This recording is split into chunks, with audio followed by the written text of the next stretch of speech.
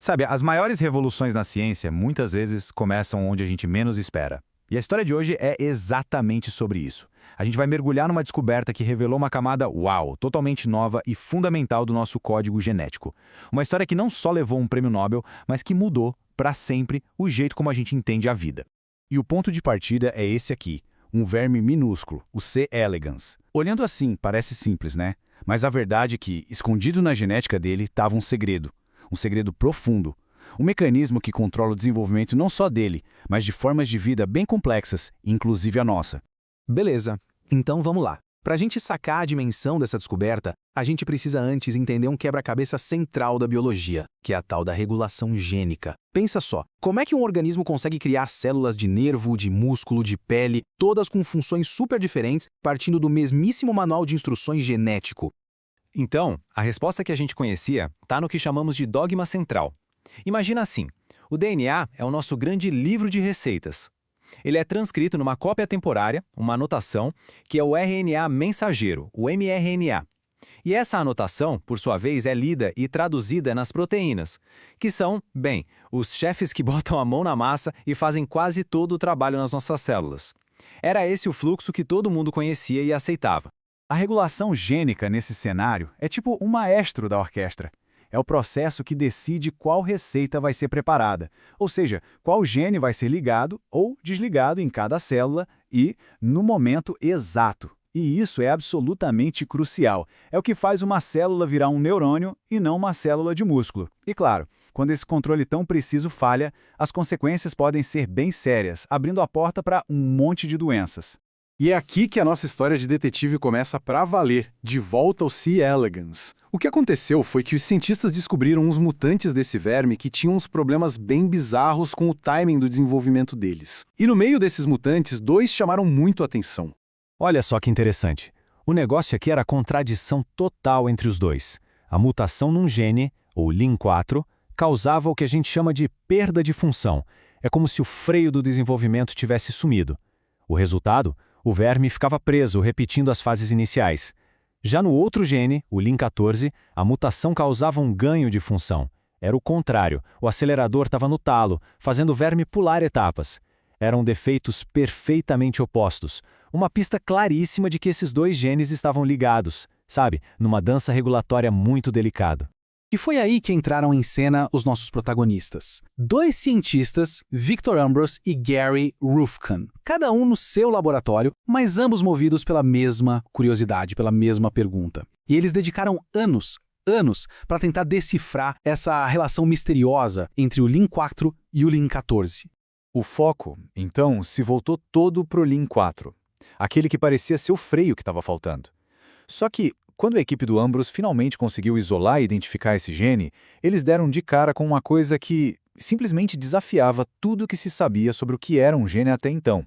Depois de anos de trabalho, eles conseguiram, encurralaram o gene, ele estava ali. Mas a grande pergunta que ficou no ar foi: o que exatamente é isso? Porque aquilo não se parecia em nada com um gene normal. E essa imagem aqui, que é um exame chamado Northern Blotch, foi a grande pista, foi a peça-chave, onde eles esperavam ver um sinal de um RNA mensageiro longo, sabe? A tal receita para virar proteína. Eles viram duas manchinhas, duas manchas minúsculas. Isso indicava moléculas de RNA incrivelmente pequenas. E quando foram ver, a menor e mais ativa dessas moléculas tinha só 22 nucleotídeos de comprimento. Para ter uma ideia, um gene comum que vira proteína pode ter milhares, 22. Era chocantemente pequeno. Então, a gente chega na conclusão que foi uma verdadeira revolução. O LIN4 não era um gene no sentido que a gente conhecia. A função dele não era dar a receita para uma proteína. A função era ser ele mesmo. Aquela pequena molécula de RNA era o produto final. E essa ideia, bom, ela abalou os alicerces da biologia molecular da época. Ok, então eles tinham essa peça revolucionária em mãos. E o clímax da história estava chegando. A pergunta era: como é que uma molécula de RNA tão pequena conseguia controlar um gene tão poderoso como o LIN14? E foi aí que aconteceu um momento que entrou para a história da ciência. Na noite de 11 de junho de 1992, aqueles dois laboratórios, do Ambrose e do Hufkamp, que vinham trabalhando em paralelo, finalmente trocaram seus dados, compartilharam as sequências genéticas que eles tinham encontrado. E a resposta estava ali, no próprio código.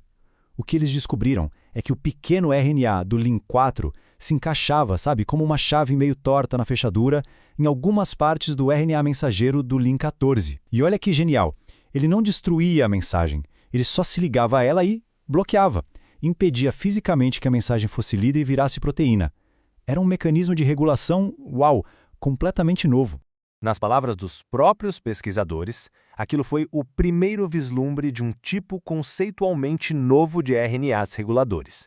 E eles deram um nome para essa nova classe de moléculas, microRNAs.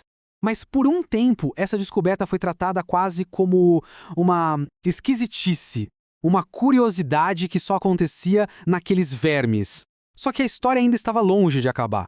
A grande pergunta que surgiu foi, mas será que isso é só nos vermes ou esse mecanismo é mais comum do que a gente imagina?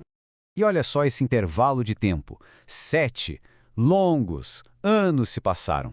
E a descoberta do Lin4 ficou lá como um caso isolado.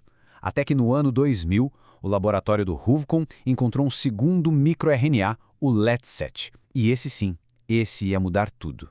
Porque, diferente do Lin4, quando os pesquisadores foram procurar pelo LET7 em outros animais, eles encontraram. E encontraram em todo lugar. Em moscas, em camundongos, em humanos. A gente tem esse gene. E isso foi a prova final. Os microRNAs não eram uma esquisitice de verme. Era uma ferramenta biológica antiga, essencial, usada por praticamente toda a vida animal complexa. A descoberta do LET7 foi o estopim de uma verdadeira revolução. De repente, os cientistas se deram conta de que não tinham encontrado só um gene estranho. Eles tinham, na verdade, tropeçado num sistema de controle genético imenso, vasto e que estava completamente oculto até então.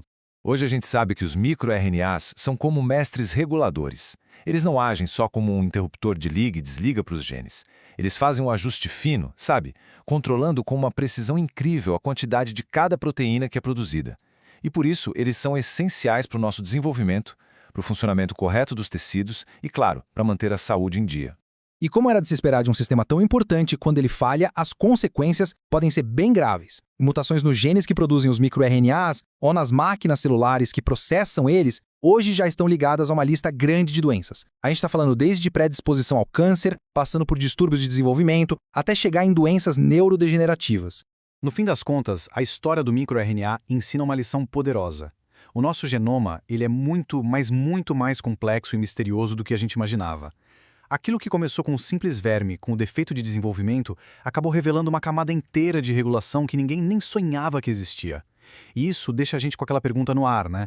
Que outras redes de controle, que outros segredos incríveis ainda estão lá escondidos no nosso DNA só esperando a gente descobrir?